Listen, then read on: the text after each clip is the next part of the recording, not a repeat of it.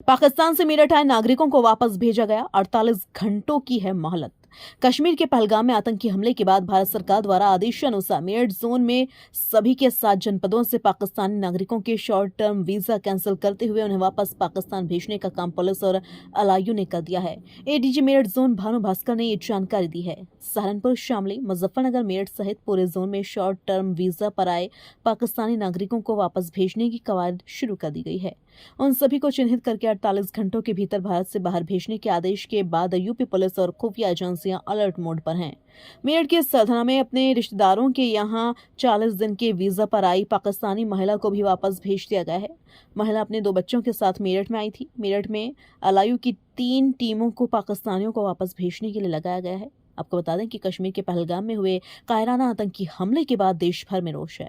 भारत सरकार ने आदेश जारी करते हुए 48 घंटों में पाक नागरिकों को देश छोड़ने का ऐलान किया है।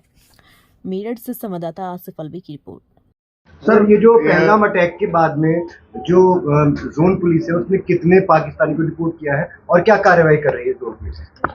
सर्वप्रथम पहलगाम अटैक जो बड़ा दुर्भाग्यपूर्ण था और बहुत ही कायरतापूर्वक था, इसकी निंदा जो है भारत सरकार और उत्तर प्रदेश पुलिस के द्वारा की गई है। और इसके साथ साथ जो इसमें इन्होंने काम किया है उसकी धरपकड़ में सभी लोग लगे हुए हैं। इस संबंध में जब ये हुआ तो भारत सरकार द्वारा निर्णय लिया गया है कि जितने शॉर्ट टर्म वीज़ा पे पाकिस्तानी नेशनल हैं, पाक नागरिक हैं, उन सबको वापस 48 घंटे के अंदर करना है।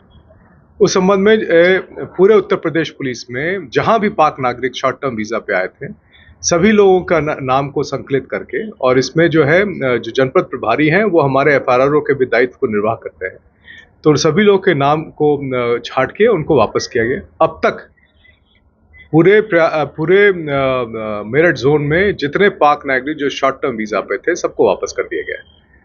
सर, सहारनपुर में कितने किए गए हैं या आसपास कितने किए गए हैं? कुल कितनी संख्या रही है? तो टोटल संख्या हम आपको प्रेस विज्ञप्ति के जरिए दे देंगे।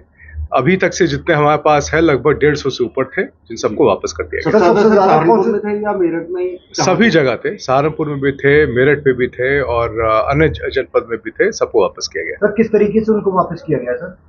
जिस तरीके से वो आए हैं, अगर वो एयरपोर्ट से आए हैं तो एयरपोर्ट से वापस जाएंगे, वो उनके वीज़ा में ही लिखा रहता है।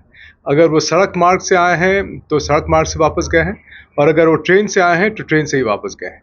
तो ये क्लियरली उनके वीज़ा में लिखा गया था कि उनका एंट्री एग्जिट किस तरीके से, उसी तरह से उनको वापस किया गया। लोगों को वापस कर दिया गया, उससे अधिक। सर, क्या अब उनके खिलाफ मतलब जो वैसे रह रहे हैं, जो जिन्होंने वीजा अप्लाई किया था बढ़ाने के लिए, या उनको किसी को कोई छूट नहीं है? किसी के लिए छूट नहीं है। जिसका भी शॉर्ट टर्म वीज़ा पे आया है सभी को वापस जाना होगा।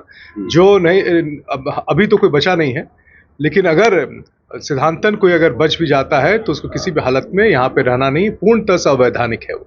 सर, जितने भी पाकिस्तानी थे सबको आइडेंटिफाई कर लिया गया सर? जितने पाकिस्तानी हैं उसके लिए बहुत ही एक सिस्टमैटिक मेथड है, जिसके जरिए जब उनको वीज़ा दिया जाता है उसी समय से वो जो है वो मिनिस्ट्री ऑफ होम अफेयर्स और मिनिस्ट्री ऑफ एक्सटर्नल अफेयर्स के डेटा के साथ साथ जो है राज्य सरकार से भी शेयर किया जाता है, ताकि वो जैसे आते हैं तो उनका जो है वो डिटेल्स यहाँ पे लिखा जाता है और जनपदीय प्रभारी को के पास वो रिकॉर्ड रहता है।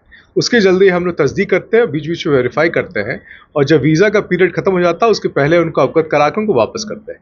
सर, नमाज को लेकर के